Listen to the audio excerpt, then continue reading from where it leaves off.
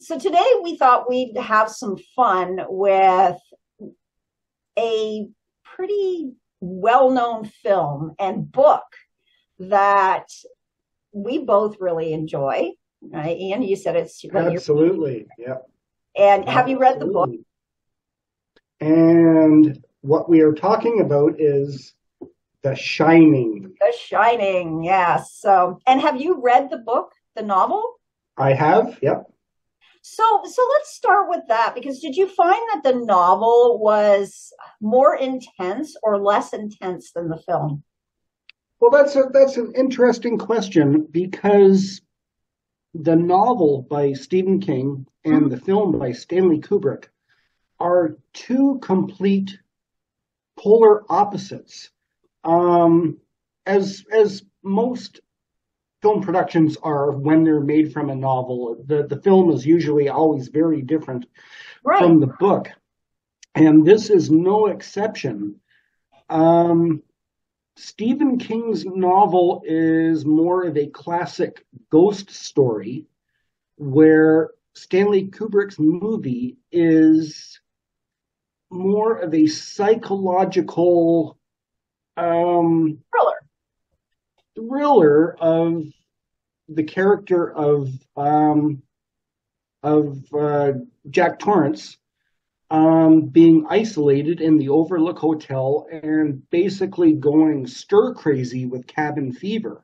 Right. So it's a direct opposite to each medium, and apparently because of this, Stephen King says that when he saw the movie, he was actually very disappointed with it because it is so different Hmm. from his novelization of what his Right. story was, that he said it was just, he said it's the only movie that, like, up until now, the only movie that's been made from his books that he absolutely hated Yeah. See, because it was so different, and Kubrick changed so oh, many things that were in the book and basically altered the story. yes, to sort of suit the means of visual presentation. Because I really love the book. I really do. I think the book is phenomenal. And the book has definitely got very creepy psychological undertones to it as well. But it's not in your face like the film was, right? Because really the book is more about the spirits in the hotel and the interaction with those spirits and, sort of gives you, I think, more of a history on the hotel itself and the previous occupants, and that where the film kind of directly just goes into the relationship of Jack Torrance and his family in this location. So the location, as wild as it is, plays less of a front position in the film, I feel anyways, than it does in the book. And I think that that's something that I can see, Stephen King taking umbrage with because he goes to great lengths to sort of research his locations and sets up these stories and, psychologically leads you um, on a path where you can visually, as someone reading, you create your own interpretation in your mind of how, Yes, that's right. right, Yeah.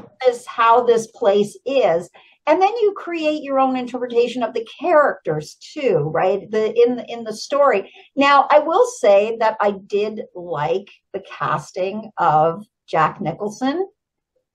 it Oh, yeah, absolutely. He uh, was perfect for that I role, think in my that opinion. He in was the film, perfect for yes, that but because he is so good at portraying that crazy, and insane persona. right. Yeah, he was absolutely the number one perfect choice for that role. But you know what's funny about that? I found that the character of his character in the movie was very similar to his character in One Flew Over the Cuckoo's Nest. Hmm.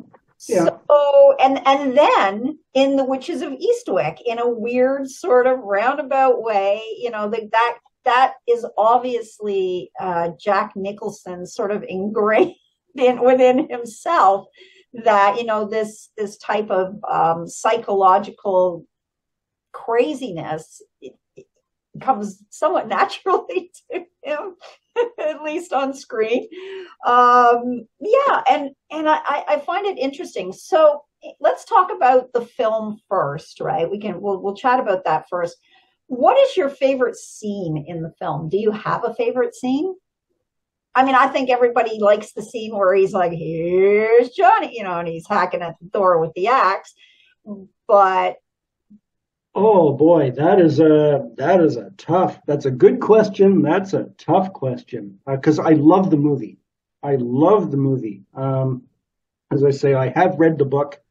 I do prefer the movie over the book. Um, oh boy, favorite scene.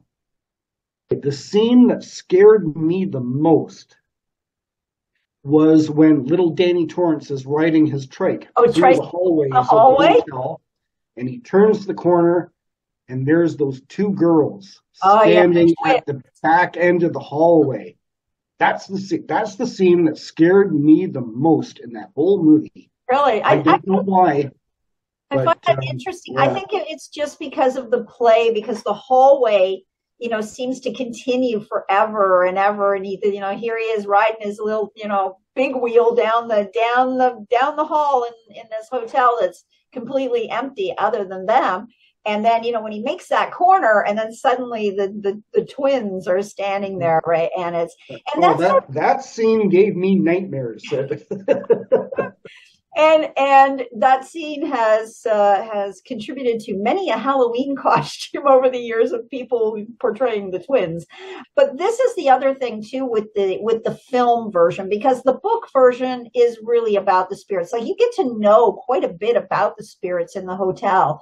And in the film, it's a little thin in the plot line of these spirits that we see. But the The one thing, spirits that show up in the film are Charles Grady, the supposed caretaker. right?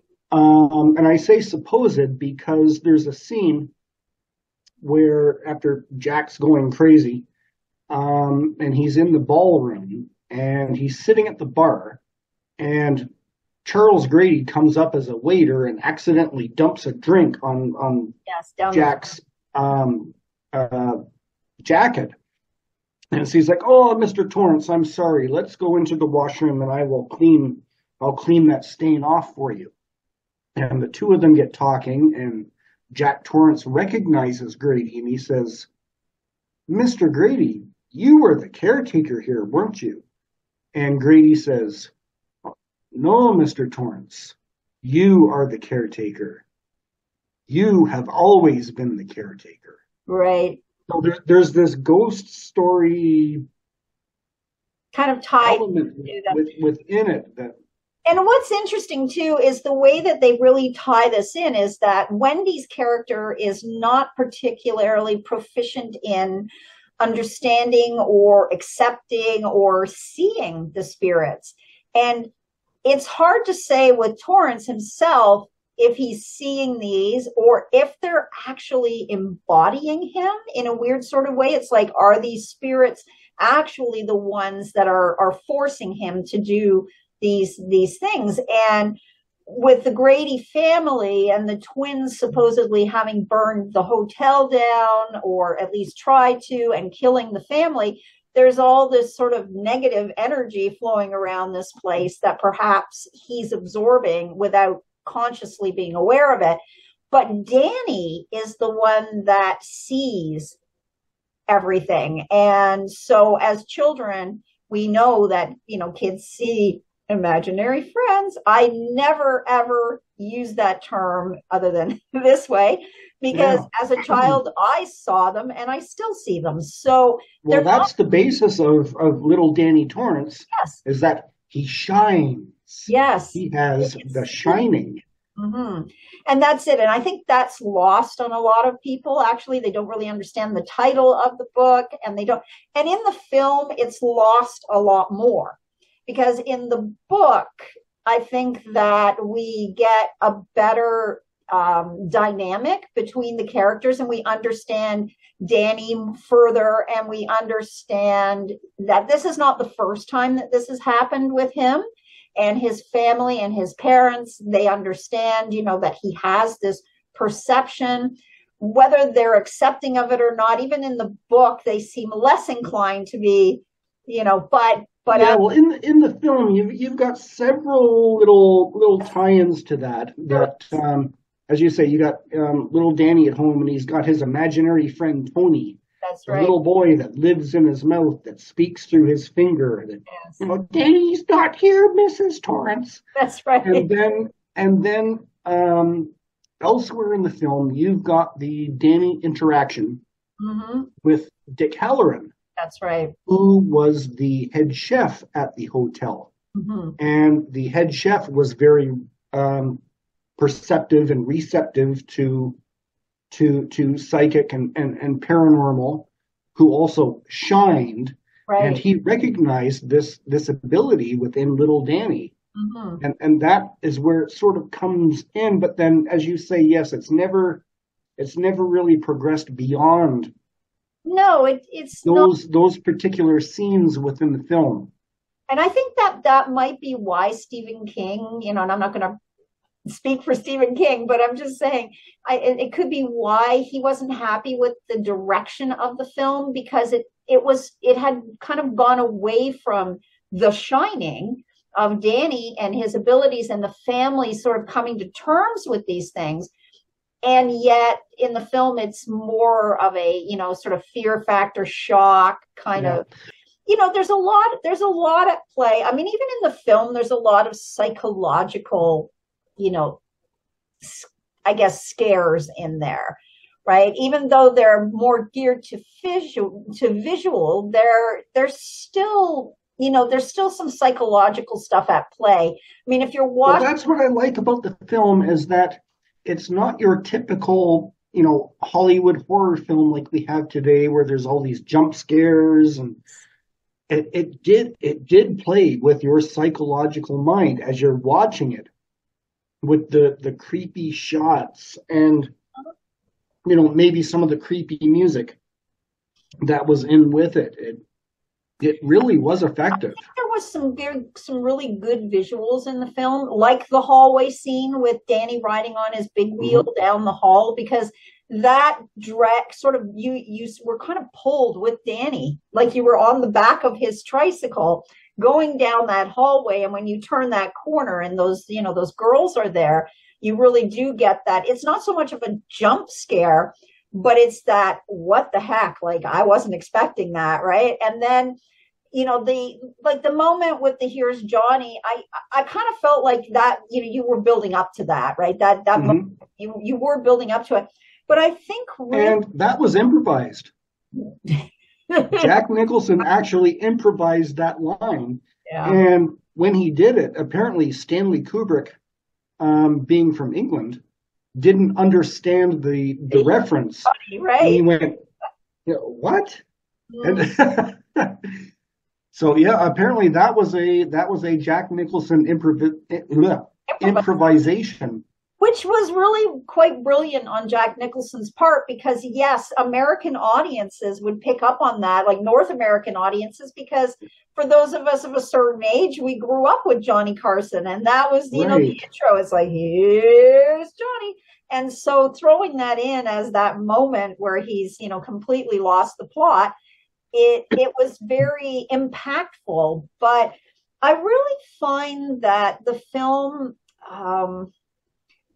it moves along at a pretty good pace, right? Like it doesn't have a lot of laggy spots in it, but I think that I don't know. I have to say, I really think that Shelley Duvall, of everybody on the set, was the person who, to me, I guess, embodied the film in a way. Like Jack Nicholson, we like Jack Nicholson or we don't like Jack Nicholson. He's kind of always just Jack Nicholson, right? As I said, no matter what he's playing, like even his sort of approach to this character was different than Stephen King's writing of the character.